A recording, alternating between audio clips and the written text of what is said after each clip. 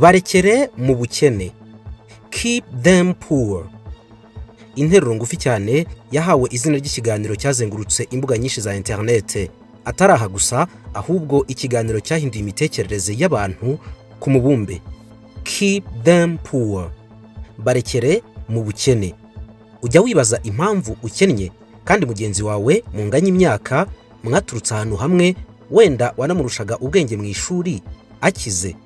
Ese ujya wibaza uburyo abantu bakorera muri za office nziza zihumura, zirimo ibyuma bizanamo akayaga bya air conditions, bakanarindirwa umutekano aho bakorera, usanga badakize bihambaye ndetse barushwa amafaranga n'aba bantu ushobora gusuzugura. Twakuze tubwirwa yuko umuntu ushaka kubaho neza agomba kujya mu ishuri akigana umwete. Ubanza mbere ari nako byari bimeze. Twakuze tubona insinga za telefone, amazi n'amashanyarazi binyura ku muhanda bigenda, bigatunguka ku rugo rw'umuntu wakize ukorera leta. Nibo babaga bakungahaye mu gace, bakanakungahaza imiryango yabo. Ikindi nuko aba bantu wasangaga basobanukiwe ibintu byinshi, yaba iby'ubutegetsi, ubukungu n'ibindi. None ubu ngubu niko bikimeze. Abantu babaga bazi kuvuga igifaransa neza kandi cyinshi, bakora muri leta ndetse bakaba baziranye n'abazungu b'Ababiligi cyangwa b'Abafaransa, baravugaga bati bari abacuruzi n'injiji. Bakabisubiramo kenshi bavuga yuko umuntu ucuruza hari umuntu w'injiji. Bajyaga bavuga yuko umuntu wananiwe gukora akazi ka leta wese cyangwa utarabashije gukomeza amashuri ari ugana mu byo kwihangira imirimo no kuba umucuruzi. Ni nko kugerageza kuvuga yuko umuntu utakorera leta nta bwenge azi, atanatekereza neza. Uyu munsi hari uwatinyuka gusubiramo interuro ivuga ngo abacuruzi buriya ni injiji. Ntabwo baguseka gusa, banakujyana mu nkiko, ahubwo nanjye ntimunyumve nabi. Keep them poor, baheze mu bukene, bareke babeho bakennye. Ninde wavugaga ngo bareke babeho bakennye? Ni bande babwirwa ko bazaguma bakennye? Uvuga ibiwe ninde?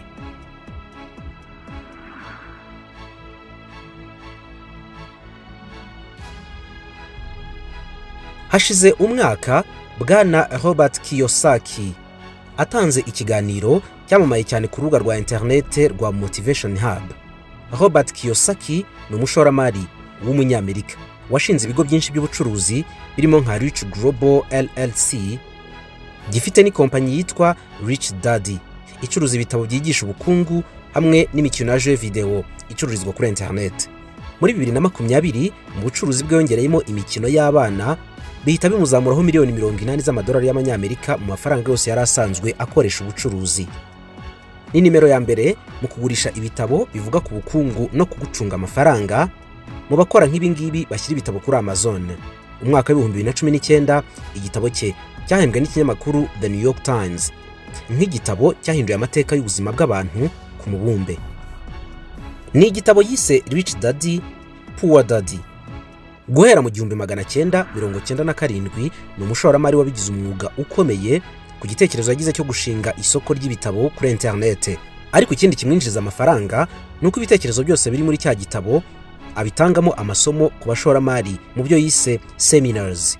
Akora yigisha abantu guhanga akazi n'ibitekerezo bishya byo gucunga amafaranga mu buryo bugezweho. My father was the head of education, PhD, all that stuff.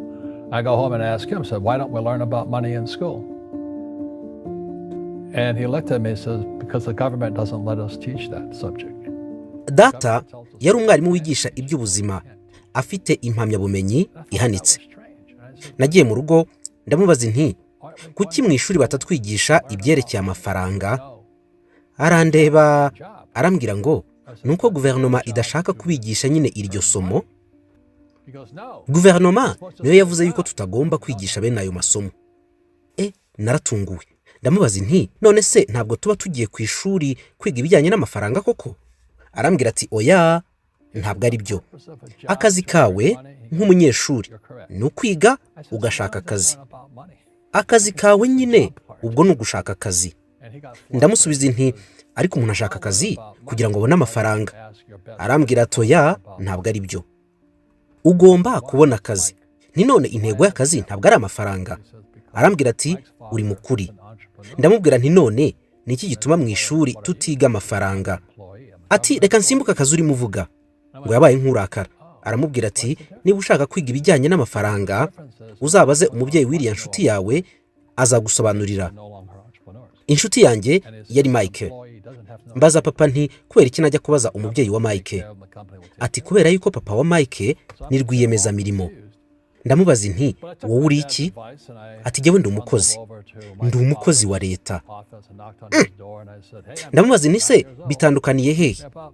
Arambwira ati rwiyemezamirimo abasobanukiwe icyitwa amafaranga, ndetse n'utazi iby'amafaranga burya ntabwo ashobora kuba rwiyemezamirimo. Kandi umukozi wa leta nkanjye cyangwa se undi mukozi wese ukorera abandi ntabwo burya abazi iby'amafaranga rwose. Ndamubaza nti kubera iki? Ati kuko umukozi ikigo akorera kimwitaho muri byose, nta kintu abazi ku mafaranga habe na gito. Robert ati nari nkiri muto cyane nsa nk'ucanganyukiwe. Iki gihe yari afite imyaka 9. Nubahirije inama ya data njye iwabo wa Mike gusura papa we. Nkomanga ku rugi ndamubwira nti ndaje nyigisha ibijyanye n'amafaranga. Aho ngaho rero niho havuye igitekerezo cy'igitabo Rich Daddy Poor Daddy.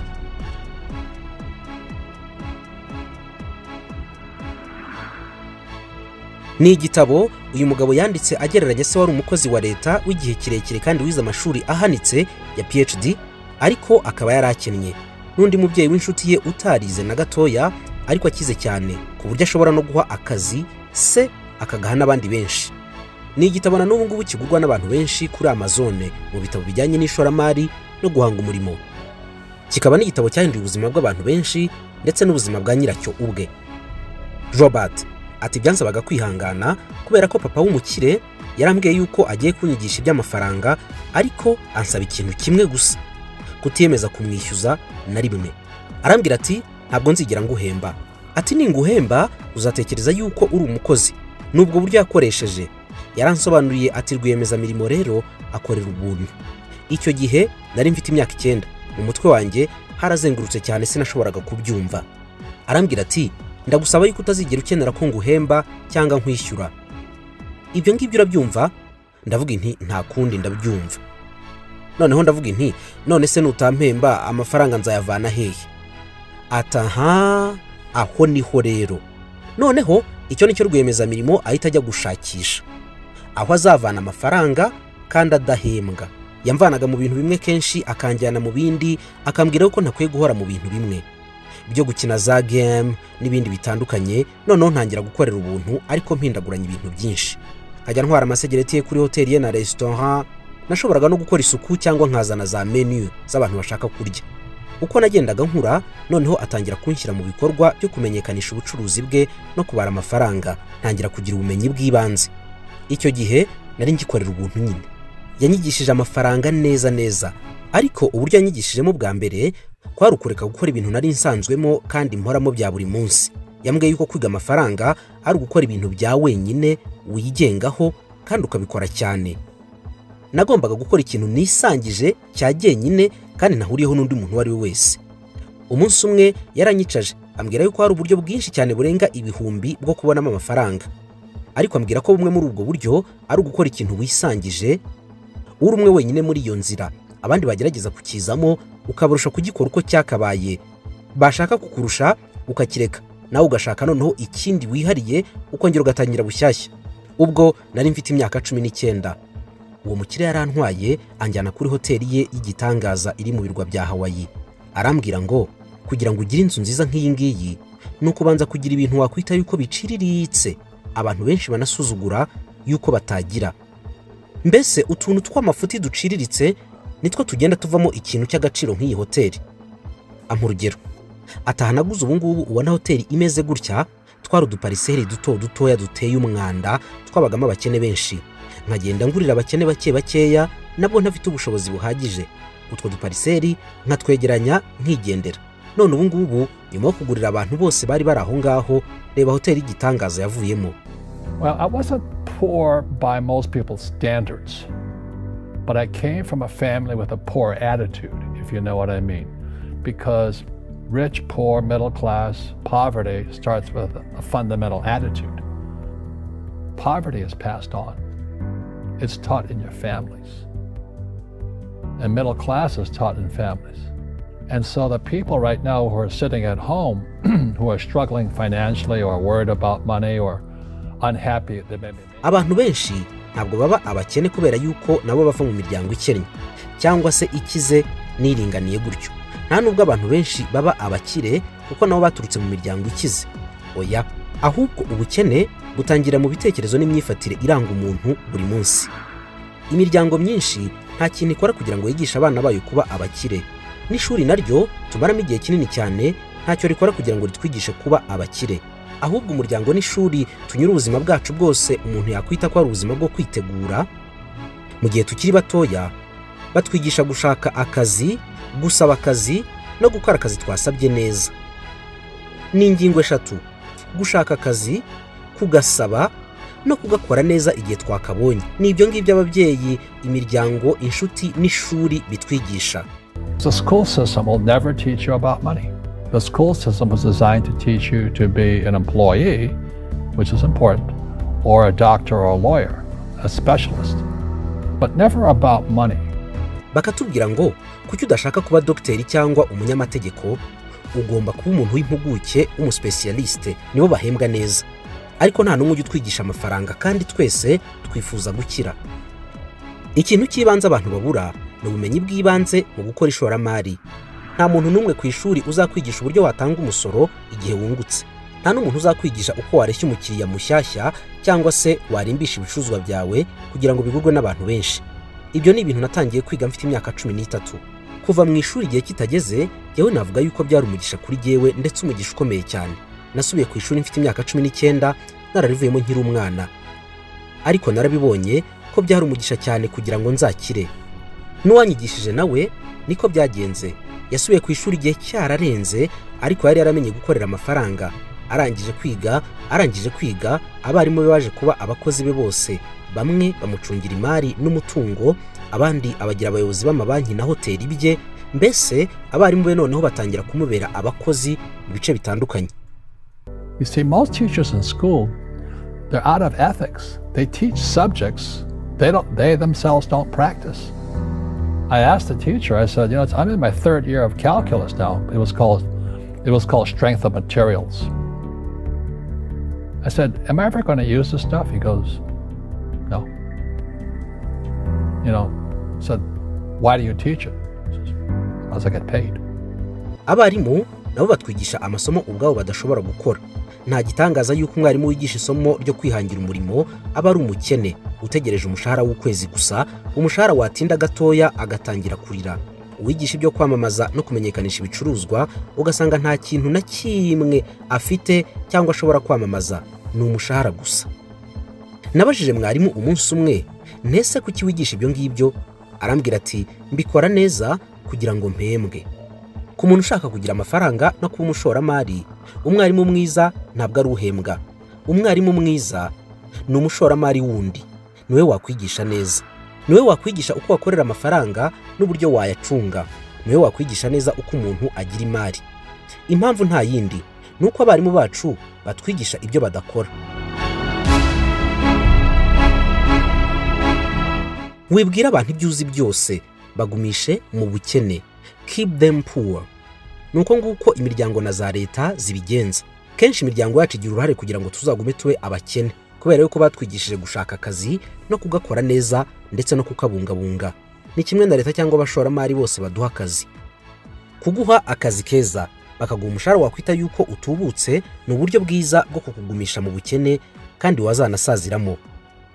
Impinduramatwara y'ingenzi no guhindura ubwonko ukavana amaso aho wari warayatumbiriye. Keep them poor. Bareke babeho bakennye. Ubaho umushahara mutoya, nibashaka umunini ubongerereho. Nibashaka imidari y'ishimwe nayo uyibahe. Nibashaka ko bagira abakozi beza, ubagirebo. Ubaho ubwishingizi bwo kwivuza, ubatahane mu modoka y'akazi, ubacungira umutekano ku bipangu byabo, unabishyurira umusanzu wo kubarinda no gukora isuku mu ngo zabo. Ariko ntuzagire ikindi ubaha kitari umushahara wo kurya ku kwezi gusa. Mu bantu 1000 ba mbere bakize ku isi, nta muntu n'umwe uhembwa umushahara urimo. Nyamara abo bakire bose bakoresha ibindi bihumbi by'abantu, kandi nabo ntabwo bashaka yuko abo bakoresha bakira kugira ngo babarengeho. Baragumya bakagushyira ahantu hashyushye, heza, haryohereye, bituma nta kindi gitekerezo uretse gutunganya akazi neza ka bosi. Ukamara ukwezi utekereza shobuja, ubundi ugahembwa. kenshi niho haturuka ubwoba bwo gutinya shobuja yuko uramutse umubuze ushobora no gupfa. Ba databuja cyangwa abantu baduhemba tubafata nk'abantu bafatiye runini ubuzima bwacu bwose, ndetse yuko badahari twebwe, imiryango yacu, abadukomokaho n'abo dufasha bose byagorana kongera kubitaho. Rimwe na rimwe yego niko bimeze, ariko nanone wibuka yuko shobuja ibyo aguhemba atabiguhera ubusa kuko ntabwo uri imbabare. Wigenzuye neza wasanga ikintu cy'agaciro wikorera ku giti cyawe ari ugukaraba umubiri wose mu gitondo ugiye kujya ku kazi no gusokoza imisatsi byonyine. Ikindi wenda washobora kwikorera no kwirebera mu ndorerwamo ukareba niba isura yawe isa neza ku buryo shobuja ataza kugucishamo amaso, cyangwa ku buryo uza kuryohera abakiriya be bakureba hanyuma bakamuha amafaranga. Ibintu wikorera ni bike cyane, ntabwo bishobora kurenza iminota 15 mu gitondo mbere y'uko ujya ku kazi. Ibindi wikorera ni ibintu bike cyane nanone, bingana no kwikorera isuku nimugoroba utashye uvuye ku kazi. Ikindi gihe cyose ni icya shobuja, nawe ubwo ngubwo uri wa shobuja hafi umunsi wose akaguhemba umushahara. Kenshi ducungana n'amasaha y'akazi kugira ngo boss atakureba nabi wakererewe. Nibyo tugomba kubaha akazi k'abandi, ariko ntabwo akazi katwubaha, kubera yuko ibyo dutanga mu kazi bihabanye cyane n'ibyo tuvanamo. Ni ibintu uzasanga ibihumbi by'abantu bahuriyeho. Mbese ujya wibaza ngo ubu buzima nzabumaramo imyaka ingahe bwo guhora ntinya bosi yuko yamvaniraho umushahara w'ukwezi? Ni ubuzima se wumva uzaraga abana bawe ukababwira uti bana banjye nakoze neza none nimugende databuja namwe ajya bahemba? Ahangaha niho hari ibanga rya keep them poor. Abakire bararizi cyane, niyo mpamvu iyo shobuja avumbuye yuko ushaka kuva mu kazi kandi wari umukozi mwiza ukagenda atabishaka, akongerera umushahara ako kanya, bakanakugira best employee of the year. Iriya ni imigozi ikomeye cyane aba yongeye kukuzirikisha kugira ngo umuhe imbaraga n'ubwenge byawe, nawe abibyaza amafaranga, none amafaranga makeya asaguye mu ntoki ayaguhembemo umushahara. Ntabwo uzigira na rimwe ugira ubushobozi bwo gukora ku nyungu ya shobuja, icyo ukoraho gusa ni umushahara. Nigeze kukubwira yuko abantu bize cyane ari bamwe mu bantu usanga bahora ari abakene, bakitabazwa cyane n'abakire tuvuga ko batize cyane ariko bo bagasigara ari abakene kandi barize. Impamvu bitera nta yindi, ni ubwoba bwo guhomba umushahara, ubwoba bwo gukeka yuko wanapfa igihe cyose waba utandukanye na shobuja. Ikindi gituma baba abakene ni ukunanirwa kwiyemeza. Iyo uvuze ngo ikintu runaka sinshobora kukigeraho biba birangiye, ubwonko bwawe nta musemburo n'umwe bukora ugushyira ku gitutu kugira ngo urebe ukuntu wagera kuri cya kintu. Niyo baguha ikintu gikomeye cyane nk'impano mu bintu utigeze wiyemeza, mu kanya gato yawe waba wagitakaje. Ntabwo kigeze kiba mu bitekerezo byawe yuko watunga ikintu cy'igitangaza. Icyo wavuze yuko uzaba cyo ugomba kuba cyo byanze bikunze.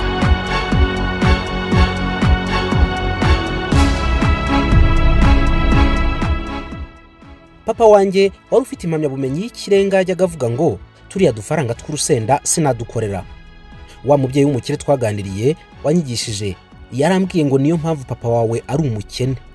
Abantu bakennye nibo basuzugura ingano runaka y'amafaranga kubera yuko mu mushahara biyemeje bavuga yuko haro batagomba kujya munsi, nyamara ntibanazi yuko haro batagomba kujya hejuru uko byagenda kose.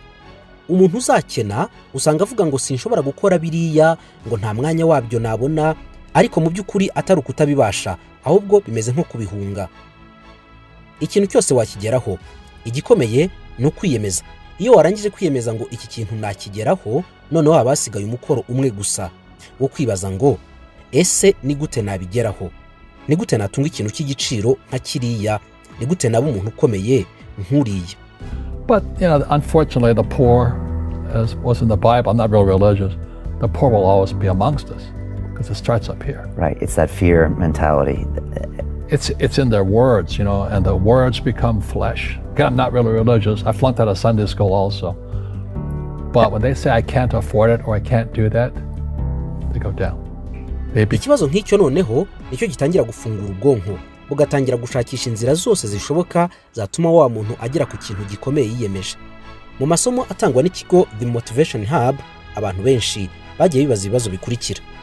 Ngo ese kuki abantu bafite ubunararibonye bw'imyaka 40 mu kazi aribo bahindukira bagasaza baburana amafaranga y'imperekeza zabo mu zabukuru mu gihe bashaje?